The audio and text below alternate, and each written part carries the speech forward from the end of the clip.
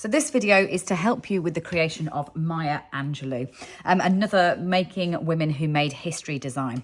So in general though, it would also help you with any form of doll jacket because they all share a very similar construction. And this is a very commonly asked question, so I'm really glad that I get the chance to do it properly here.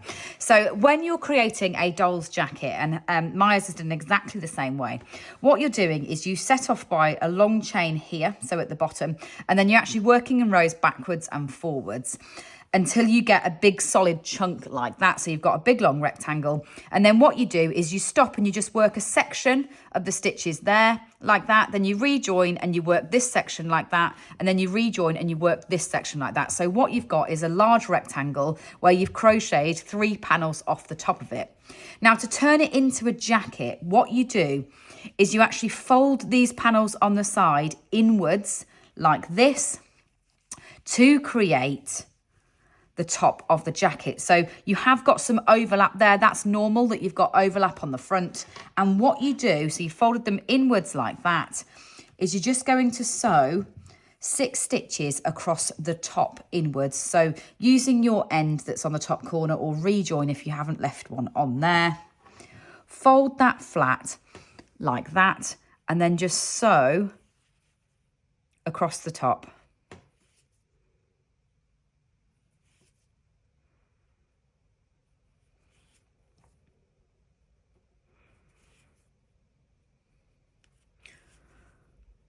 And fasten that off, and then do the same thing on the other shoulder.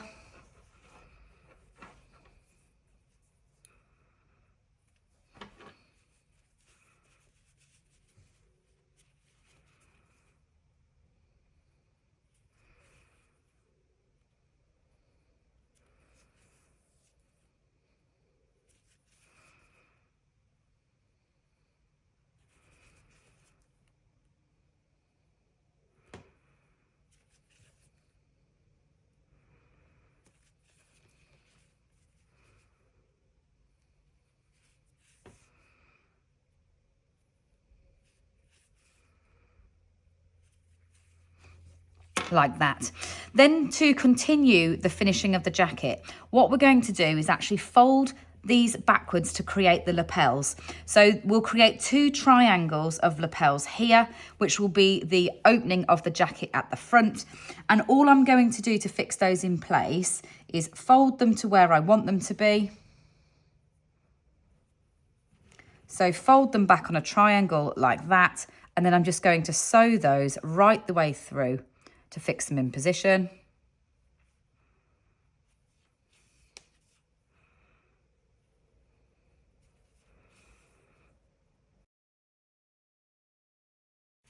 And once you've done one, the trick is to make sure you get it symmetrical on the other side. So once you've done one, do the same thing on the other side. Now I've not got an end on that side, so I'm going to need to rejoin to do it. Make sure your angle is about the same on both, like that, and then sew along that edge.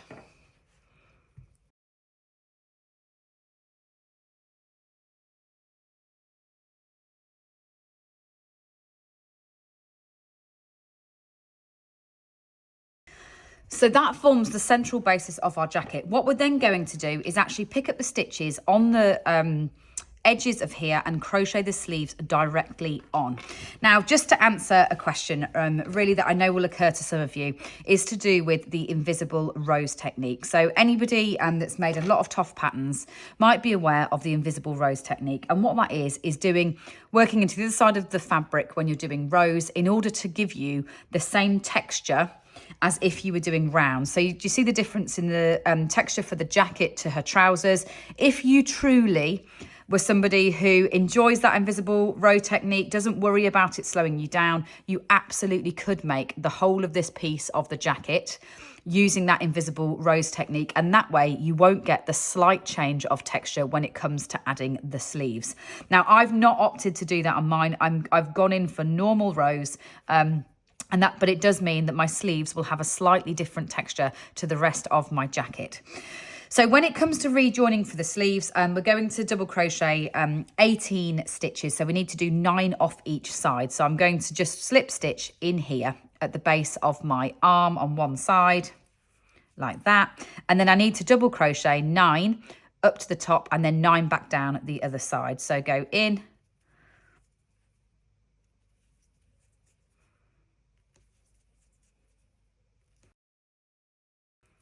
nine up to the top, then 9 back down the other side until I get back down to the base. Check that you've got 18. So I'm going to tuck that end in like that. I'm just going to check that I've definitely picked up 18 before I carry on. 1, 2, 3, 4, 5, 6, 7, 8, 9, 10, 11, 12, 13, 14, 15, 16, 17, 18.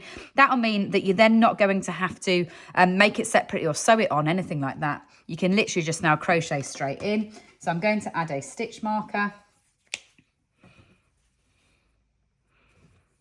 like that for my end of round. Now, one thing just to definitely make really clear is make sure that your right side is facing outwards. So what I mean by that is, as a right-handed crocheter, I joined in at the bottom and I, as normal, would be crocheting moving in a left direction as I go around. As a left-handed crochet, you'd need to be going the opposite way around. So you join and you'd be doing the front first rather than the back first, just to make sure that it is the right side of your fabric that's facing outwards when you finish that sleeve. So all you're now going to be doing is going round and round, adding those sleeves on.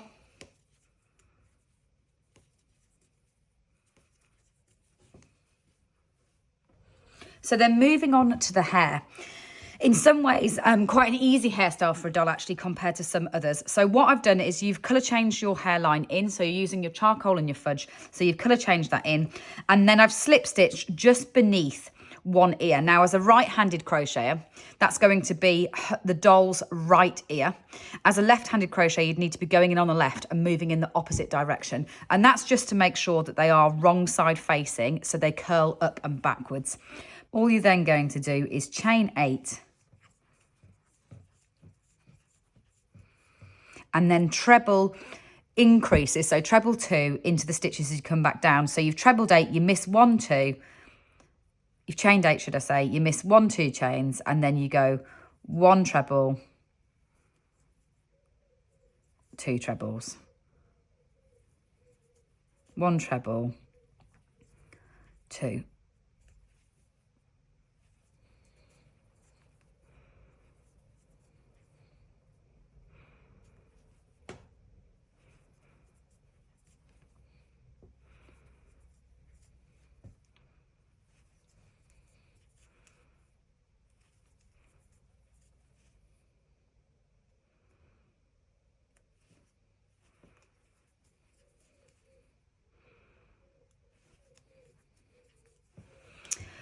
Then when you reach the bottom, what you do is you miss some stitches and you just slip stitch along like that before going on again and doing the same thing. But the most important thing is to make sure they are wrong side facing, as I said at the beginning.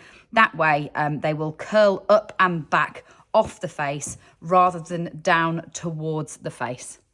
So a final talk through the pattern now that she's complete, so you can see any pieces up close. So when you are doing her hairline, I worked that long one from ear to ear around the front and then another one in between. You could add a third one. If you've still got charcoal yarn left over when you've finished everything else, you could add a third one in if you wanted to, so that she looks great without her headscarf on. But obviously the design is intended to have that headscarf on. So those curves should curl backwards. It's like a modern short haircut, but the headscarf will then fit on top. And all I want to show you really, even though I'm exposing all my ends, which I've got to go and tidy up, is what you do is you've got a long band that you then sew together in the middle, and then you've got the central piece that you just sew into the middle. So that's what the headband looks like constructionally. And then it is the fold at the front, the pleats at the front that go onto the front like that. Now, when it comes to the earrings, you'll be familiar with these earrings. They are, in fact, split rings, and that then makes it nice and easy to put them in place. So the way that you'll add her earrings on at the end is you will open up that split ring, and then you can just feed it straight through the stitches on the bottom of the ears in order for those earrings to sit in place like that. The rest actually is quite a straightforward dolls pattern. As the women of history go, it's actually a nice, simple one, a great one. It makes her so sharp and modern in her appearance that it hasn't got too many fiddly details. So it's a great one if you are someone that wants to dive in on the doll club but hasn't yet done it. This would be a great introductory one to do it with, because it's actually, as far as they go, a bit simpler in terms of construction and detail. So the only other thing to point out really is here on the collar. What you do is when you fold back the jacket, following on from the bit at the front of this video, you actually then double crochet in rows along the back. So just to explain that, this is the triangle that you fold over from the front of the jacket like that. And then you count 3 stitches in from the end and you double crochet forwards and backwards along the back of that jacket just to put that collar in that then folds backwards and you put into place. So I think that probably is everything that you need to be able to go and make Maya Angelou.